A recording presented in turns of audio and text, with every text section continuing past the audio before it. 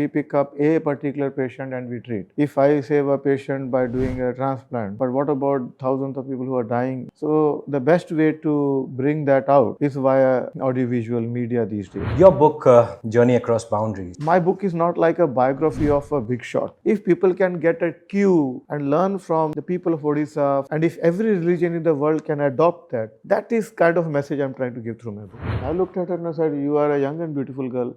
Why does that idea of death come in your mind? Oh, if I die, they will bury me and maggots will crawl all over my body. That thought is so eerie. In a mosque, a young 9-year-old girl comes and says, Dr. Singh, can I donate a kidney to my grandma?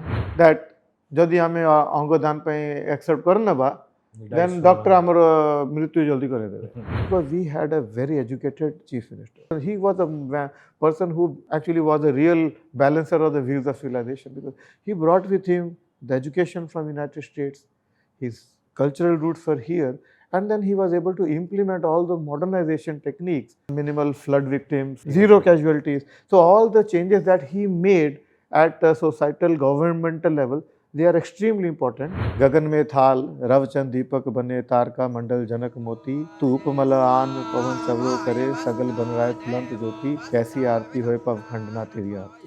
Jagannath is Lord of the universe.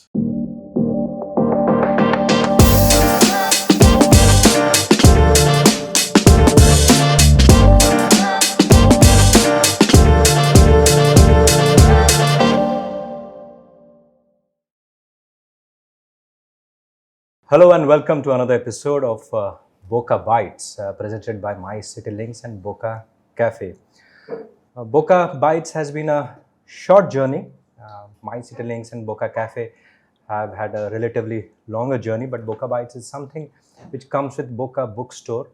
And as you would know, Bocca Bookstore has started in Bocca Cafe in Master Canteen, Bhubaneswar. Today, I think I'm actually privileged, and I'm sure when you hear the gentleman who is a guest in Bocca Bytes in this episode, he wears many hats. Most importantly, he is a physician, a world-renowned transplant surgeon. But beyond that, he is also an author, a filmmaker, an environmentalist. So, welcome Dr. Rajinder Pal Singh, sir. Welcome to Odisha back again. Of course, your roots are in Odisha and you are from Odisha. I mean, and you're a transplant surgeon. There will be so many people who would be wanting your brain. So how do we take it virtually in these days of AI?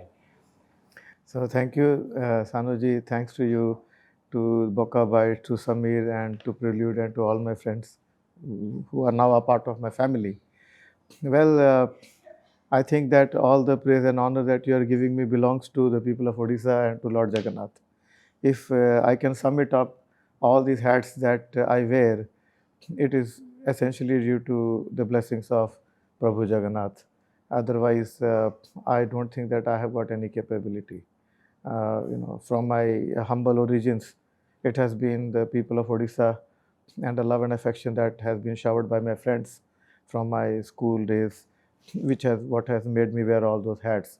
So I'm just in the last lap of life, just trying to bring everything together because medicine is a holistic thing.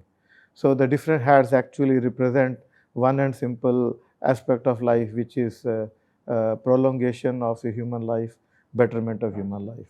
So these different hats essentially are a part of medicine itself. Dr. Singh, recently you've written this book, Journey Across Boundaries. We'll of course speak about it, and I think a few years back you produced, directed and been part of a very important film on the environment and about our country and across boundaries, how there's a global connect through your film Wheels of Civilization, which was recently screened also in Bhubaneswar. The fact that you are first obviously a physician because that's your main profession, but how did you move from the operation table literally as a transplant surgeon, and of course you're still a surgeon and you work in hospitals and you do such brilliant surgery. How did you move across these genres and became an author and a filmmaker? Was it always inside you? Yes, writing was something that was my second nature. And whenever I have some time in solitude, I would pen down my thoughts. And quite often, these were all random articles. One of my friends, Ritesh Mishra, he said, "Why don't you open a blog?" And so I started putting it on WordPress. And then, very soon I learned that there were so many of them that it didn't take me much time to compile that into a book. Into a book. So that's how the journey to the book actually began. But it wasn't something that was actually planned. Right. It was something that I finally decided to do it. And the reason I did it beyond my normal repertoire of medicine was during the times of COVID, when there was a lot of time, you were at home, you were doing virtual medicine, and you had more time to yourself. And I felt that we live only once.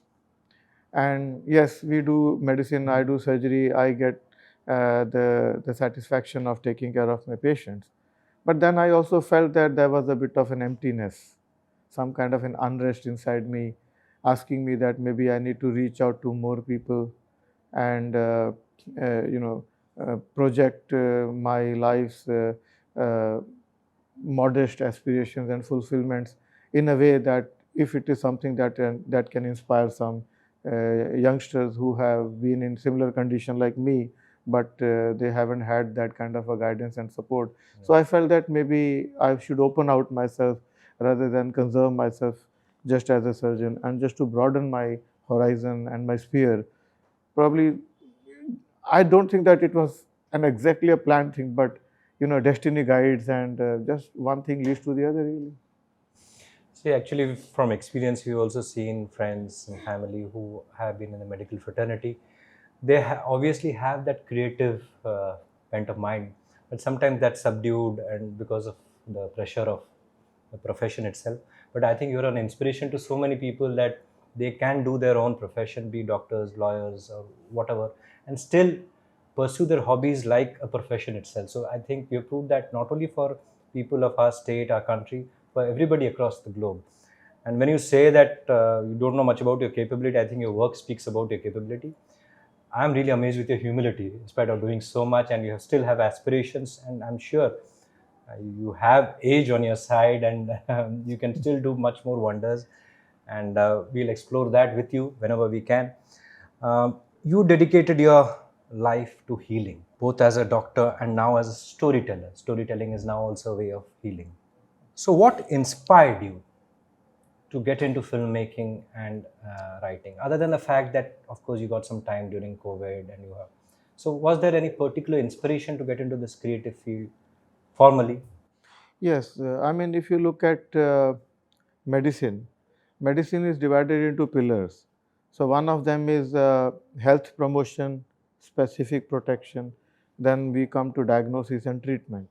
So when we do diagnosis and treatment, we pick up a particular patient and we treat. But if you look at health promotion, prevention, somehow we are losing that aspect in our medical practice. And if you simply have to drive around and see the amount of pollution, the plastics and all that, then one wonders that so many people are dying. If I save a patient by doing a transplant, but what about thousands of people who are dying because of these reasons? So the best way to bring that out is via audiovisual media these days, in celluloid or digital. And that is what inspired me to make a movie on environment, so that this important aspect can be highlighted. Uh, and that was the birth of the movie.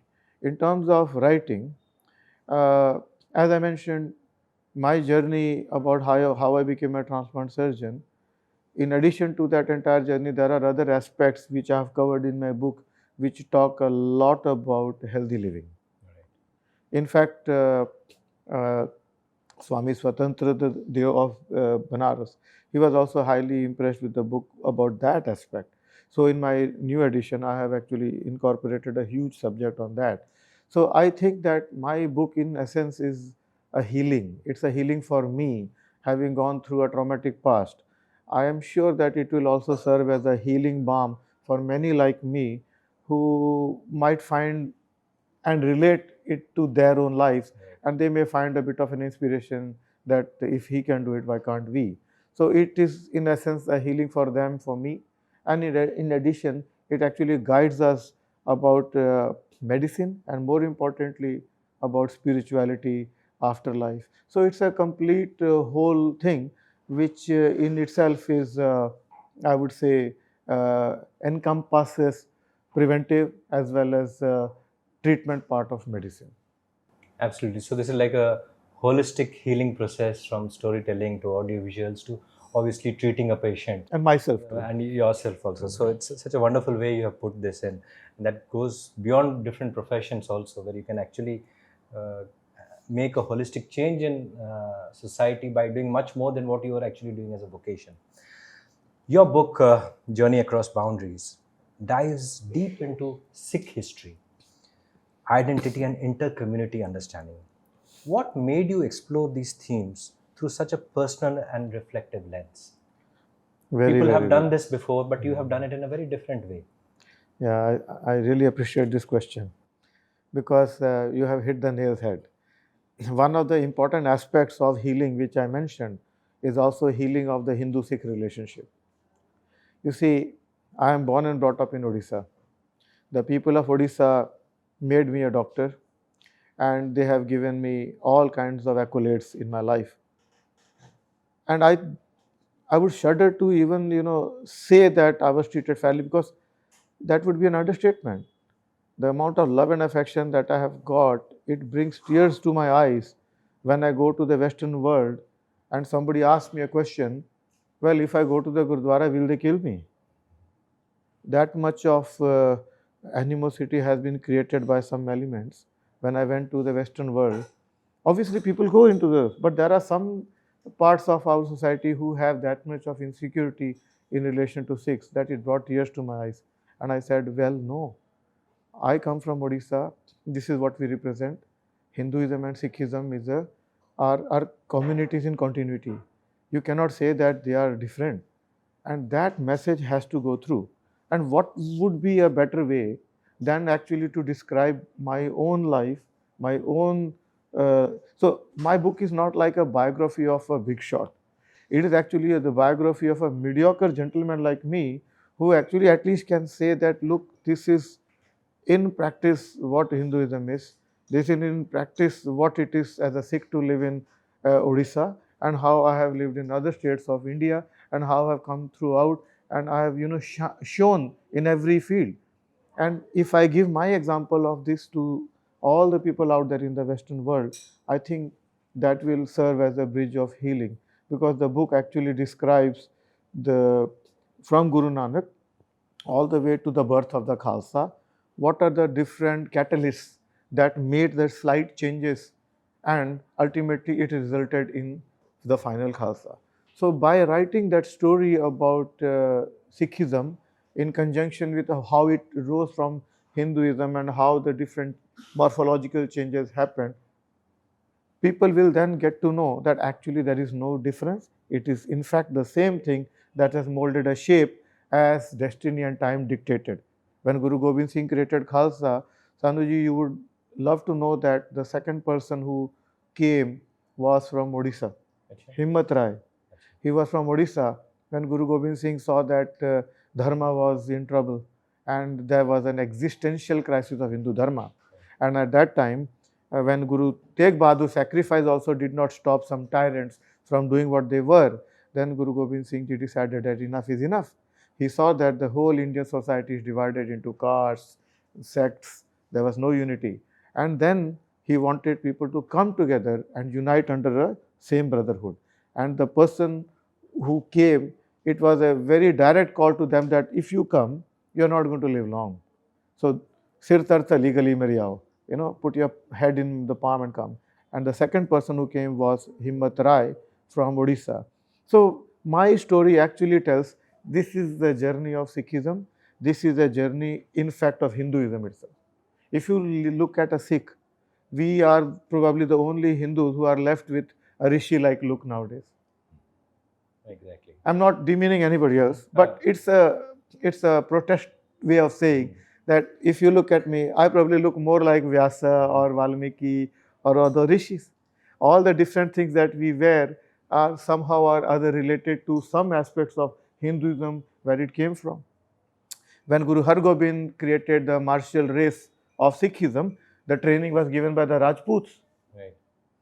So my book essentially tells everybody that the current Sikh is a refined Hindu who time and the need of the hour has transformed into. So do not look at them as if it's a completely different race. And the same thing I wanted to tell my Sikh brothers, that these are my own brothers and sisters. Even calling them different is probably not the right way to address it.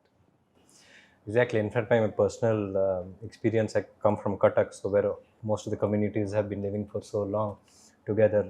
I have so many school friends who are from the Sikh community, from different communities. In fact, some of my Sikh friends are more Odia than the Odias. So sometimes when I ask, "Aji kaun khaya hogi?" Aji pokhada hai ji, to main aisi hogi. So it's how the communities have existed in different cities, and there's so much of learning from that. And I think you have brought back that memory, that connect with generations. I think the newer generations have lost that a bit because of the globalization, or because they're not so connected with the legacy of their parents and grandparents. But I'm sure your book is something which will bring back this existential crisis. I think is still there. So I think you are a great connector and healer for that point of time. You're doing a great job on that. You often speak about humanity beyond religion and nationality. What's the central message you hope readers take away from this book about unity and coexistence? This is the most tough question you've asked me. Because your roots are here, Yeah, you traveled yeah. the world, stayed outside, and you met so many people across communities. I think the most important thing is the day communities feel that humanity is above the religious dictates. That is the day that we can have some kind of victory over evil. You know, we were in Rawalpindi, for instance. Everybody lived like brothers and sisters, and then all of a sudden, when the Britishers left, there was a fight for land, and religion became a card that was played. So the question here is to address that root issue. You know, if you look at the bulb and you place an object, it creates a shadow. If you start picking on the different shadow to cover it, that won't be effective. The main thing would be to go back to the bulb and address it so that the source is healed. So which is why if you talk about humanity, religion and all that, without taking any name, for all of us, I would say that learn it from the example of Odisha. Exactly. Odia people, they worship Lord Jagannath, but Odia people are not fanatic. Odia people have had one of the highest civilizations during Kharavela. They have preserved it, and they are so high in education that it is education that made me what I am. So the most important aspect to consider here is, if everybody, whatever religion they profess, if they can rise above this and look at truth and truthful living, that will actually bring out the essence of the religion. But if fanaticism replaces that blindly, then you will not deter from killing anybody. You will have no qualms of conscience of killing anybody just because you feel that a religion has given you the sanction. So what can eliminate that? You will be surprised to know that even education sometimes doesn't eliminate that. True. I have had some educated friends which I have realized that if you cross a certain line, they will be having no qualms of conscience to harm me. Then I kind of think, what is the reason they are doing it? So if people get that message, correct message of religion, like Odia people have from Prabhu Jagannath, I do not know what it is in the soil of Odisha that it only gives love. 1984 riots, there was a lot of genocide done. I won't call it riot, it's a genocide. But if you look at Odisha, nothing happened. It is a religious place. It was Congress ruled place. Some of the Congress people are behind bars now. It's in public domain, but nothing happened here. So that is what I would like to say, that if people can get a cue, a hint, and learn from, the people of Odisha, from the kind of culture, compassion, and love which is intertwined. And if every religion in the world can adopt that, that is kind of message I'm trying to give through my book. So wonderful. The example of Odisha as a state and how the communities still strive together and they have a normal, humble kind of look forward to have aspirations, ambitions. But education has been a very important factor. Like you said, we are also seeing because of the social media. Sometimes education can also be a barrier. Too much of knowledge or too much of you start getting very fixed with your Yeah. notions. You come too close to a tree, you lose sight of the forest. Exactly. So that's what's happening. That's a wonderful perspective. Uh, the book structure, which is into like three distinct sections, seems to reflect your journey across places, people, and philosophies. Could you tell us how your own life's path shaped these chapters? So, Yeah, yeah, yeah, just for yeah. other authors No, no, or aspiring absolutely. storytellers, did you Absolutely. plan this structure or it just happened on its own? No, no. I did write, as I say, blogs, but I did plan the structure. It has taken me a few attempts to get the whole order in the correct manner. Well, I will start with this that I have had very humble origins. After my grandparents were thrown out of Pakistan, we used to be the richest people, the Kahuta complex lands where they are using uh, it for peaceful purposes. They belong to my grandfather. In fact, I told Usman Khan, the cousin of Imran Khan, give me some royalty. I don't have to work very hard. Well, the thing is, we came to this country penniless. The struggles and how people have helped me. I have one very close friend, Rajan Gugnani. His father, he helped my father. Then when my father was ill and in trouble, all my Odia friends, Bengali friends, Marwadis, all of them, even without asking, they came and helped me. We couldn't even sustain the medical bills. They came and helped me. So these were the different aspects where the help of my friends sustained my education, sustained my faith in humanity. Despite being a Sikh, they would come to the Gurdwara, I would go to the temple. And then, because of the love and support of my Sai Padosa and all my friends around me, they didn't let me sink into a cesspool or a deep well. They pulled me out of it. Of course, I did have a flair for education, but that couldn't have sustained had it not been for my friends from a school and nearby. And that actually was the pivotal aspect which I wanted to generate. Then after that, I never looked back. I worked hard. Again, I was supported by friends. Then I never looked back. I got married into a very, very illustrious, educated family of doctors. And that basically catapulted me into more success. And behind all of that, my faith, my learning. I mean, I will not say that I'm a completely honest man. I was not. There was time that I have had to resort to some minor, aberrations here and there. But then my wife came in my life. Then a small grain of dishonesty also was not allowed after that. So she refined me. So her coming into my life, my in-laws serving as my role models. Then my elder brother, he was physically not great. He had a lot of medical problems. But despite all his afflictions, supporting the family single, and I looked at him as an example. So I guess I had to have all these inspirations which have helped me generate my book. But more important thing, some credit does go to me because chance favors the prepared mind. The only credit I give to myself was that I was prepared to notice those things. Absolutely. And then I was able to incorporate That those. awareness was there. Awareness was there. I was able to incorporate those things. And then when I went to Punjab, then I went abroad, I saw a lot of things happening. And as I grew professionally, my political aspect also grew. I also grew in my awareness of environment and the lack of it, the wanton way in which we are destroying an environment. Likewise, I saw the Hindu-Sikh separations and some bad elements creating problems elsewhere. I felt that it is my duty to set correct the wrong things that have been set into motion. Otherwise, I will be derelict in my duty as a human being. if I have been given such a pedestal, I will have to use the medium of a book, a medium of a movie, and more movies and more books, more awareness, so that my voice is heard, and that ultimately will lead to some kind of a healing in the Hindu-Sikh relationship which has happened in the diaspora, bring about some awareness in the environment, and equally it will help me in realizing some of my unfulfilled aspirations, which I will touch towards the end. Oh, sure, sure. You've done so much, and you still have fulfilled aspiration.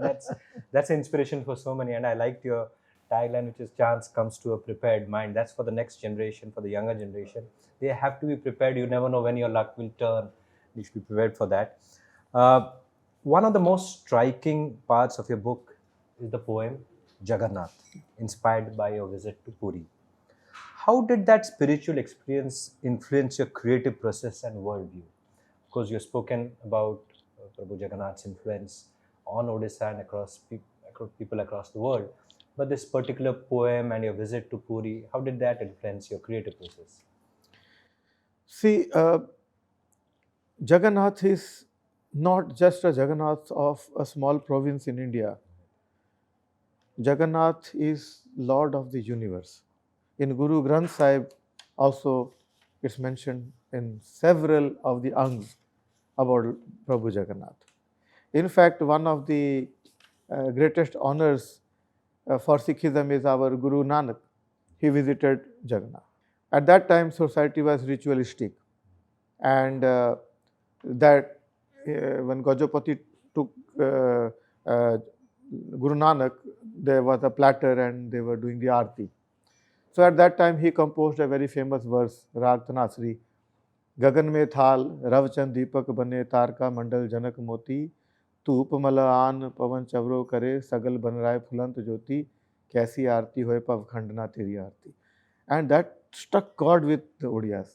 What he actually was saying, because many people have a false belief that Hinduism worships the structure of the idol. In reality, the idol is recreated a lot of time, but the idol is basically a representation which takes you from form to formless. So Guru Nanak at that point dissolved the differences between the form and formless. E is equal to mc square. Energy is equal to mass times c square. So I say that C is the jnana, the roshni. Once you have the jnana, you melt the differences between form and formless, and the fight ends there. And that is exactly what Guru Nanak Ji did. And for me, for that reason, Jagannath has always been there with me. Even when I have left, he has always been my God. My Guru is my Guru. Guru Gobind Singh very clearly said that he is a Guru. जो हमको परमेश्वर का रुचिर है, ताकि नरक कुंड में पर है.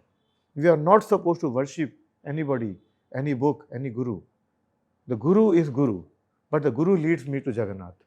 So for me, I am very lucky, and I probably will take a bit of risk to say that maybe luckier than many of you, because I have an Guru which actually leads me to my Jagannath. So it makes me a bit of a complete. So probably I'm fortunate that as a Sikh born in Odisha, I have had the combination of the both.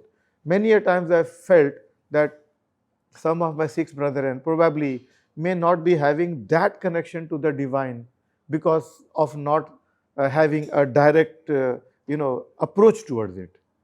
And there is always a possibility that you may miss the connection to the divinity, which is always a bit of a struggle. So yes, Lord Jagannath and the divinity and the spirituality, they have been the pivotal force that have helped me in my career as a beacon light guiding me through all the troubles. And I probably feel that they have also shaped my destiny in bringing in my life the right kind of friends. One of the best things about me is I have been fortunate in having the right kind of friends in my school, in my college, in my general sphere, right kind of family, right kind of in-laws, and that has helped me in my career all through the grace of Lord Jagannath. Like you said, Guru Nanak connected with the form, with the formless. I think you are now connecting spirituality with science in a very different and creative way. So kudos to you. You also shared a touching memory from Aligarh Muslim University with Professor Muhammadul Haq. How did that moment strengthen your belief in inter-community harmony? He was the greatest epitome of humanity, this man. So when I went to rent a house in Aligarh, one of my friends, Sujit Pradhan, he's not here, he was also there, and he came a bit later. He said, Sardar ji, हम 1000 रुपये लेंगे. I said, मैं 800 दूंगा. He said, नहीं, मैं I started walking. He said, आ जाइए 800 दीजिए. मैं अपने घर में एक हिंदू को रखा हूँ, एक मुसलमान को रखा हूँ, एक अरबी मुसलमान को भी रखा हूँ, लेकिन सरदार जी कहीं नहीं मिलेगा.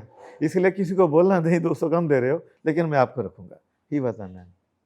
He said, मैं मस्जिद क्यों जाऊँ, मैं नमाज क्यों पढ़ूँ, मैं इधर देखता हूँ तो AMU का एक आदमी लिखता है जो घपला किया है, इधर देखता हूँ तो मुझे पता है उसने क्या घपला किया है. He was humorous.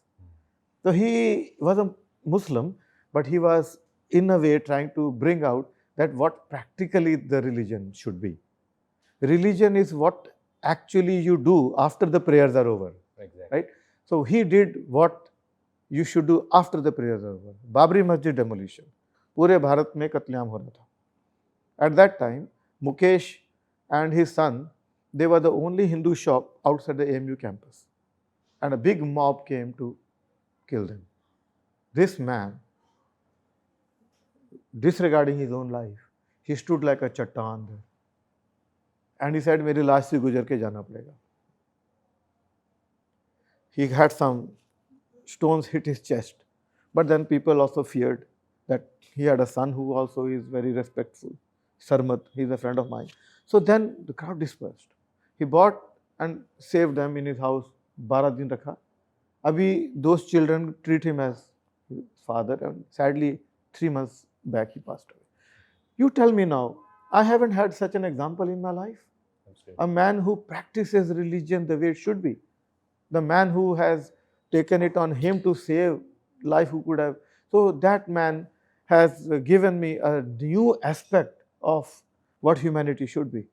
When I was in AMU, all those houses were having some Odia Muslims. They say कि सरदार जी ईद है, हमारे घर खाना है. तो 2 days I was able to distribute it कि सुबह का, दोपहर का, रात का, सुबह का, दोपहर का, रात का, 6 houses 2 days cover करता था. That much of love and affection I got. So some aspects of a religion which I was not used to, because I had looked at it in a different way when I saw Aurangzeb did that and all. But then I saw this is what religion is. So I developed a huge amount of love and respect for them. Likewise, this person has become one of the greatest role models of my life. Absolutely. Only with such experiences can you change your way of your worldview. Alongside your literary and medical pursuits, you also made a film, like we are speaking about, Wheels of Civilization. Tell us about the idea behind it. Obviously, it's about environment, and you thought of a more preventive measure for humanity. What message have you been trying to give through this film? And I'm sure this film is worth it to do a sequel after sequel, because environment and sustainability is something which is going to live with us. Well, it started with a small incident. I was asked by Pranjal Modi once to help with the pancreas transplant program in Ahmedabad. So we had a donor in Rajkot, and we took off in 2 vans to retrieve the organs. From Ahmedabad to Rajkot, the road was very beautiful, beautiful Gujarati food. But then after a certain while, I saw large lines of plastics. I did some train journey from Ahmedabad to Baroda. I saw endless cesspools of plastic. In my medical practice, I have been the infection control and practice lead. We have got strict rules to follow. You have to wear an apron, gloves, gown, and then we see a patient, 5 people will be wearing and we will be dumping it. Then I kind of felt that this amount of load that we are putting it on the environment is not good. When I'm going to the different conferences, small plastic bottles, you just have 10, 20 of them in a day and you are dumping in. So that made me aware of the fact that we are putting a huge amount of burden on the environment. The energy that is required to incinerate some of the biologic waste is massive. They are causing cancers. They are causing destruction.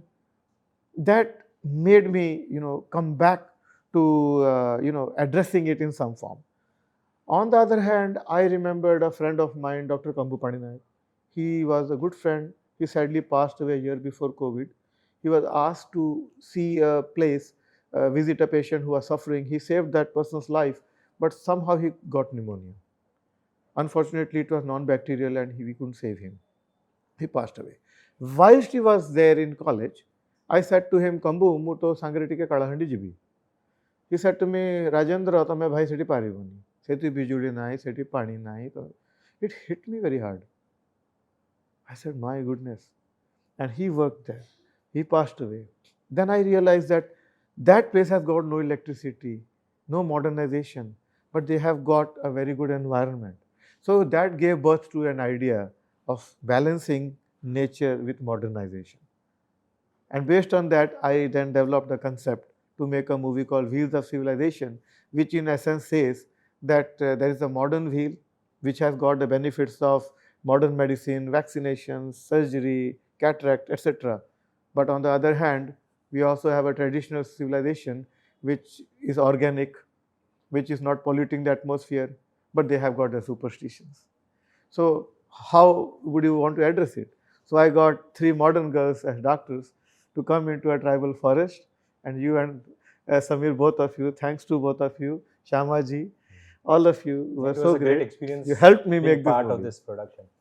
Of course, from the scripted questions, I think our audience and friends would. What is actually surprising me, Mr. Odia रे भी कहिबी जे जो माने ओडिसा बाहर को जानती ओडिया माने 6 मास वर्ष 2 वर्ष रहिले भी तांकर एक्सेंट टा पूरा काहे कि आइदर अमेरिकनाइज्ड हो जाए कि यूके इंग्लिश एक्सेंट हो जाए आपण ओडिया रो जो शब्द जे उच्चारण जोडा करचंती एते सुंदर वेरे करचंती आपण को पंजाबी भी so strong Hindi obviously their control of the English language so how do you manage that I would say this is Prabhu Jagannath's gift, because I was not a topper of my class, but I certainly was the topper of all the languages. So my batchmates who topped, this is Panda, Ravi Shankar, Arvind, all of them were, I can't even touch them, they are like gods. But one thing I was always good at was language. For some reason, I had a flair for language. I was good in Hindi. That time, I remember our Odia teacher said, Pile, e dekho e, Punjabi pila kete bhola Odia kochi, lajo madun tamaku. And I was having the last laugh there. I think it is just a natural gift that I have a flair for language. Foreign languages which you've learned or connected with beyond English? No. In fact, actually, when you talk about accent, it's a very funny thing. One of my friends, Ashu Gandhi, he is in Australia. He came to visit me in Leicester. And my children, they have an American accent because they spent the time there and they were twisting their tongues. When Americans speak, their lips look like burning rubber, and their jaws are shifting caverns. That's the way they speak. So my children sometimes spoke like that. So when they came, so I was telling to Ashu that whenever my Odia friends come and my children speak, I enjoy it. Jette bule bule kahibe mate auri bhal laguchi. But when they go away, I don't like it. Then I want them to speak like me. Normally. So we are hypocrites in a way. But no, certainly I help it because that's from schooling and all that. Exactly. So, but I certainly have kept my accent intact.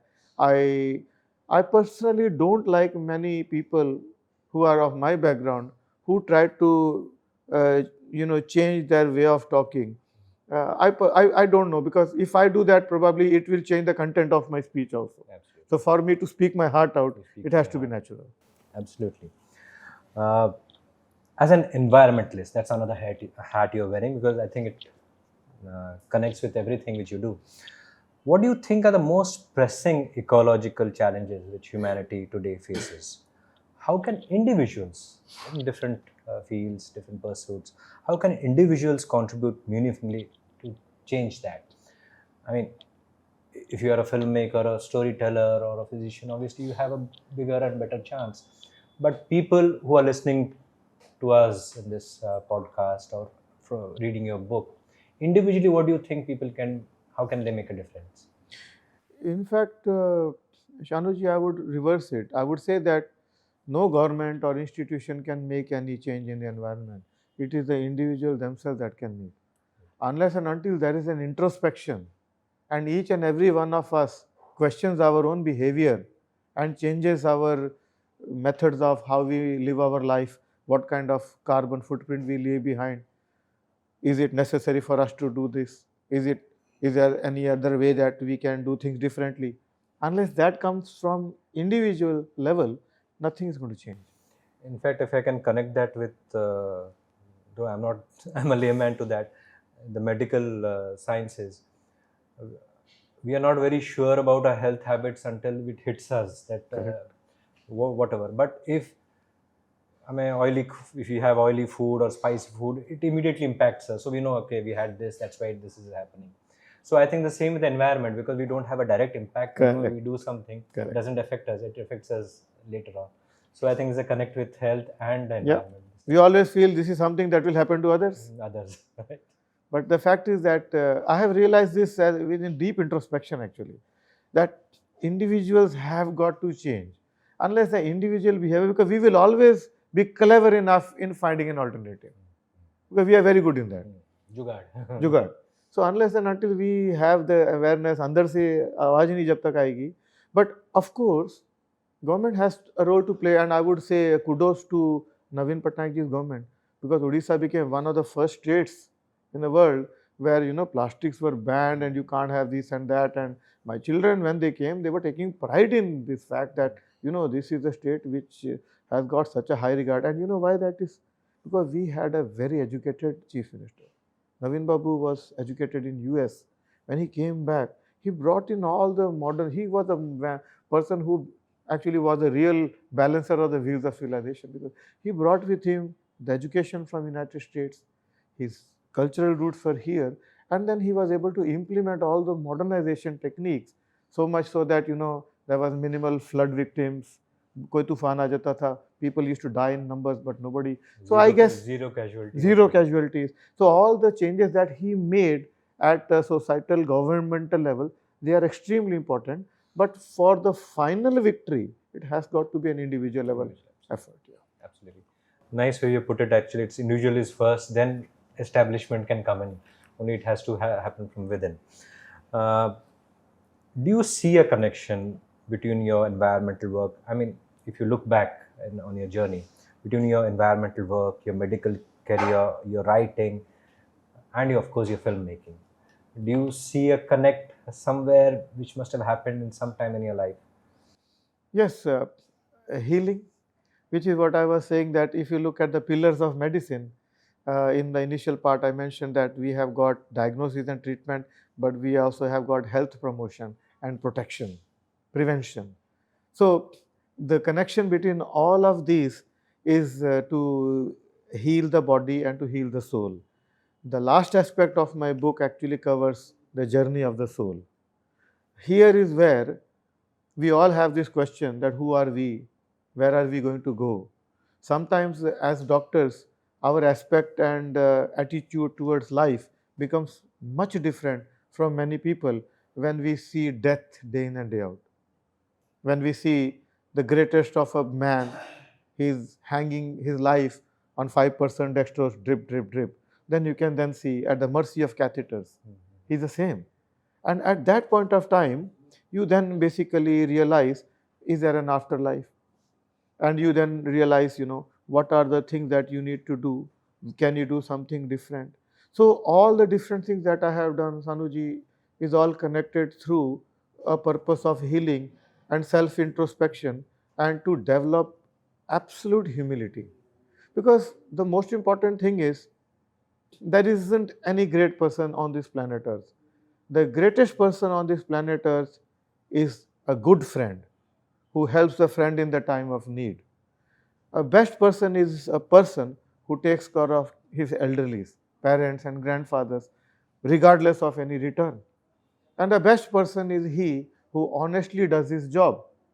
And a best person is he who takes care of everybody. Because the purpose of life is to be happy yourself, to make others happy as far as possible, to grow old gracefully, and to die with dignity. My book, in a way, takes you from one spectrum to the other, and the end section is to die with dignity and also to have a dignified afterlife if there is one. And I've tried to see through my chemical construction of science, my adhyatmikta, my knowledge of spirituality of Hinduism, Jainism, Abrahamic faith, etc., I've tried to do a bit of a construct of afterlife. So the entire journey and all of this is kind of a potpourri of a life trying to protest and speak out to itself. Is there anything else that I can do to make my life better and to make the life of my friends better? We have been talking at length about various things. So this is something which is happening in a lot of podcasts about a rapid fire thing. So, so maybe one word answer, one phrase answer, whatever comes to your mind first. Is there a So- time limit? Nothing like that. So, should we start? Sure, sure. Okay.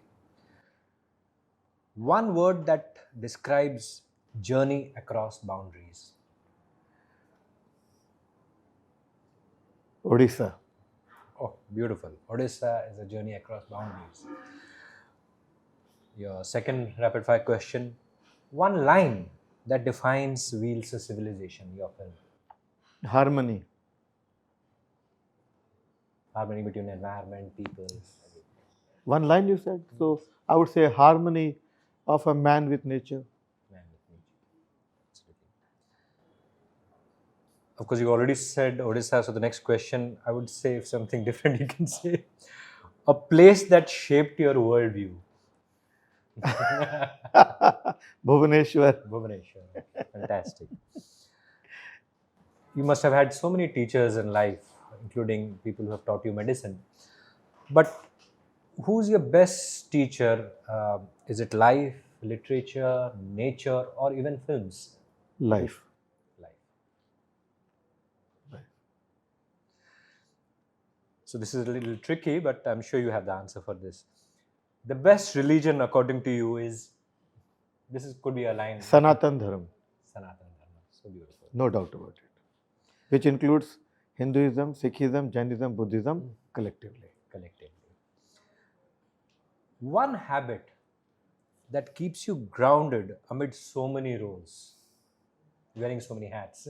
Passion. So everything you do, you put a lot of passion. into it. Passion. I think without passion, one will not be able to achieve anything. Passion is the most important thing.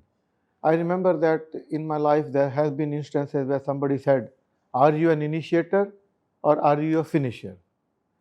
Then I realized soon enough that it is a passion only that will not only lead you to initiate a project, but also to have a final conclusion, to finish it off as well. So, passion. Yes.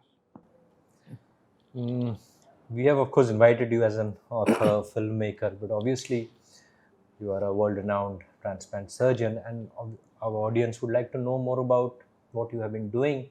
And there needs to be a lot of awareness about transplant, organ donation. So something on those lines for people who are not so initiated, people who are family and friends to patients, especially in Odisha.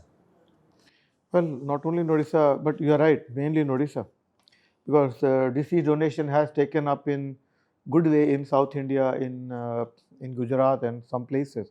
But you are right, not in Odisha. The thing that strikes the most, Sanaji, is we are a country of 1.4 billion, but we have got the least organ donation rates in the world.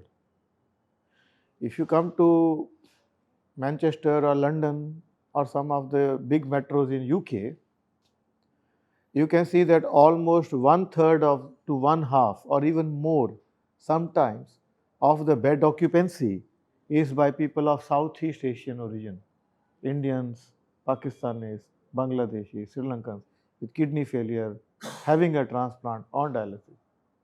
But when it comes to donation, we are 20 times less likely to donate. And there is a very, very big health inequality in all this. And it is very, very, very sad to see this. I will share with you a couple of instances. When I was doing my liver, kidney, pancreas training in Minnesota, when a kidney patient came in to have his name put on the list, he would have like a beeline of 5 people with him who want to donate a kidney. And it's Again, no race intended here, but I'm going to relay the facts as they are. Most of them were whites. And when I asked them, why would you want to donate? Well, we have 2 kidneys, we can live with one, so this is the right thing to do. Then I was going to Leeds that time. From Leeds, I was going in a bus, and a very beautiful Lithuanian girl sat beside me. She saw me on my laptop working. Oh, looks like he's a doctor. She asked me a question, you're a surgeon? I said, yes. And I said, this is what I do. I want to donate. I looked at her and I said, you are a young and beautiful girl. Why does that idea of death come in your mind? Oh, if I die, they will bury me and maggots will crawl all over my body. That thought is so eerie. I would rather donate and perpetuate my life in other people's. So when those kind of scenario when I saw, then we had gone to temples and mosques and gurudwaras to promote organ donation. In a mosque, a young 9-year-old girl comes and says, Dr. Singh, can I donate a kidney to my grandma? And I said, what can I answer her? I can't even say no to her. And I said, look, you're too young, your kidneys are too small. We'll take one from your father and mother first, and then when you grow up and those kidneys fail, then we will take it from you. She was very happy. But the more important thing here is that there is a huge gender disparity too. You will see it is women who donate more to men. Yes, yes. Wives donate more to husbands. Sisters donate to brothers. Daughters to fathers. To a good extent, this is true. And obviously, you can know that the females are the better gender in every way here. So, this is one of the most striking aspects, that there is a lack of organ donation awareness. And when I talk to people, what are the different barriers that are there which is preventing you to donate, most of them is not religious. It is mainly due to lack of education and awareness. They feel that যদি আমি অঙ্গদান ପାଇଁ accept করনবা, then doctor আমার মৃত্যু জলদি করে দেবে. Or in order to take the organs, they will expedite our death. That is the biggest barrier. The most important thing is transplantation and donation are completely separate. They are not related, in order to avoid conflict of interest. Exactly. Then they think there will be mutilation of the body during donation. No, when we take organs, when we do the retrieval process is conducted ethically. Even the stitches cannot be seen. We conduct a prayer before and after, and probably I can say I was one of the initiators of this practice. Okay. To the gratitude to the body. So that aspect also public need to know, that there is no mutilation. And then there is another small myth that if we donate, we are not going to be born with the same organs again. So you tell me, if you donate your heart, you will never be born. Moksha mil jayega. Why not donate? So these are some of the obvious myths that can be countered, but probably the lack of education, awareness, infrastructure development. Rajesh Dora, my friend, is here. He is a liver transplant surgeon, a very good surgeon, and his team is here. They have done, but they are also facing the same problem. I met Dr. Sunil Shroff, I met him, Mohan Foundation ke. He also said that, Dr. Saab, we donated money to all the different states, but Odisha se thoda result kam aa raha hai. And that actually means that we have got to work a bit more. Not that people are not willing, probably our efforts need to be a bit more to bring them and encourage them. I think people like you and your team and friends here have to work on this, because you need to have that kind of awareness, that myth busting also. Because sometimes, as a dark joke, somebody, as a friend, asked me, I want to donate organs. So I said, he to ask me, what do I do first? I said, you have to die. I mean, that's a dark joke, but that's how you connect with that. Like you said, it's like a layman's. There's an eye opener. I went to ISOT Jaipur. I was invited to give a talk on pancreas transplant. I chair some sessions.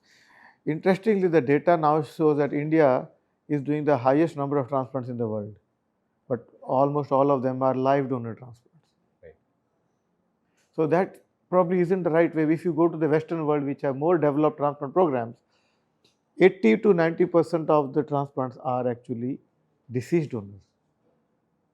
Until and unless we can do deceased donor transplants in Odisha and in India, we are actually not doing transplantation. Okay, if there is no choice, we can put a donor to risk, right? If there is no choice, they are good organs, certainly, but they can be an additive aspect to the program, not exclusive aspect. Right now, live donation is the exclusive aspect in India. That is where we need to really work on and have more awareness programs. Thank you so much. This is literally an eye opener. I'm sure our audience also appreciate that with your experience and exposure across the world. That Odisha, with so much of wonderful things happening here, this is something we can actually stand out in the country as a state by pledging organs, creating more awareness about it. Now, coming back to your film, Wheels of Civilization, during organ transplantation, medical, there would have been deadlines and things which you worked under stress. So, this filmmaking process, we would like you to share some challenges and stuff like that from the film itself, because that must have been a totally different journey for you. Yeah. I must say there were challenges and a lot of anxieties, but there were two people who really helped, and one of them is sitting with me, and one of them is Amir, both of you, and Shama Prasad ji was also here. He also helped, but the main issue was that the Odisha film industry probably needs a bit of a more encouragement towards effective professionalism, like meeting the deadlines, sticking to schedules.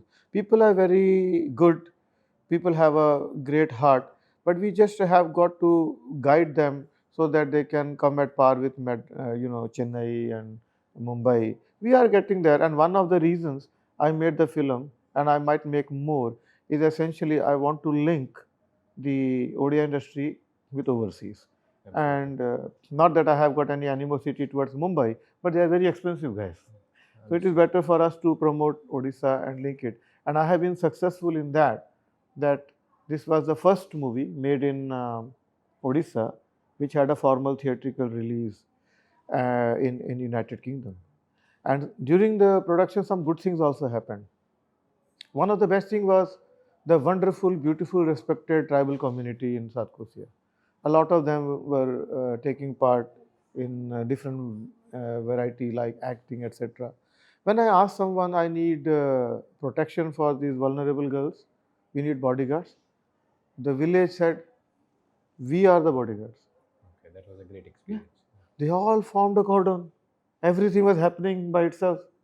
And they were respectfully coming and taking the pictures with all the ladies, treating them nicely. And then look at the other way around. There was a dance being filmed, and glasses had shattered and they were all around. One of the dancers' foot was hurt and he was bleeding.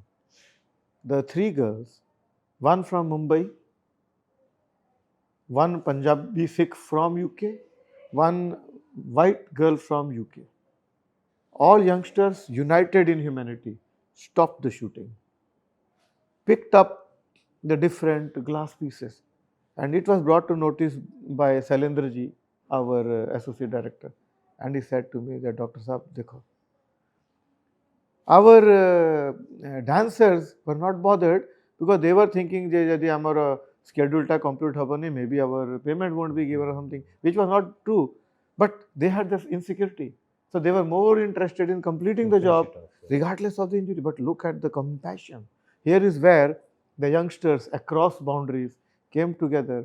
So the love of the people of South Korea, the humanity of these youngsters, I think that made up for the little deficiencies and small cuffs that we had to do. In the end, filmmaking is not easy, and certainly not easy for somebody like me with no experience. But the fact that we were able to make it makes the difficulties, look very trivial. Exactly, and in fact, we need that kind of professionalism coming into the. We have a very old film industry for almost more than 80 years, so that professionalism has to come in and come in fast to keep this industry alive. Because I also had a personal experience. I've been connected with films, and of course, your film also. We had collaborated with a film from film fraternity from UK who had come and shot in Simlipal, and a young. I've seen that one. So young group of people. I had a small role in that film. So I was supposed to. It was peak of winter. 6:30. My shot was supposed to be there in the morning. By 6, the girl who was part of the production team, and they come from a legacy of filmmakers. They have no issues about being part of the support staff or whatever. She came at 6 and they said you have to wake up, and by the time I had already woken up. But I think that kind of professionalism has to come into any industry. Why filmmaking? So you have done a great, support to the film industry in Odisha by taking the trouble and the effort. Of course, it's your roots which you wanted to bring back to the world. I think this journey must have been a bit difficult, but is a good platform to move on to doing bigger and more different kind of Thanks to you and Samir. Thank you so much. So I don't know. And This Sri is- Kunna Tripathi. Jagannath party, yes, thank you. So many people to thank in your journey, of course, but for me and our team at My City Links and Bocca Cafe and everybody involved in this production, this has been such a beautiful learning experience. We have spoken at length on different aspects, but this is so good that you gave time for this. I think people I'd like to from add one Odisha- thing, if you allow me. You know, in all this that has happened, I have got to take the name of 2 or 3 more people who are more than life for me. My nephew Manraj here, his mother Parvinder Kaur. You know, I am living in the comforts of UK. My mother went there during COVID times. She felt completely mentally unwell and she was behaving like a baby and cocoon. We had to bring her back. But the exemplar care that Manraj and his mom, my bhabhi, they are giving, and then the blessings that are coming from my mother Surinder Kaur from that, I think all of that actually completes my journey in addition to the blessings of my in-laws. So I guess that they are still here, and I'm very grateful to them that my roots in Odisha have not been disrupted simply because I have gone back, and I do look forward to come back to Odisha and establish a deceased donor transplant program, which I think is going to happen now.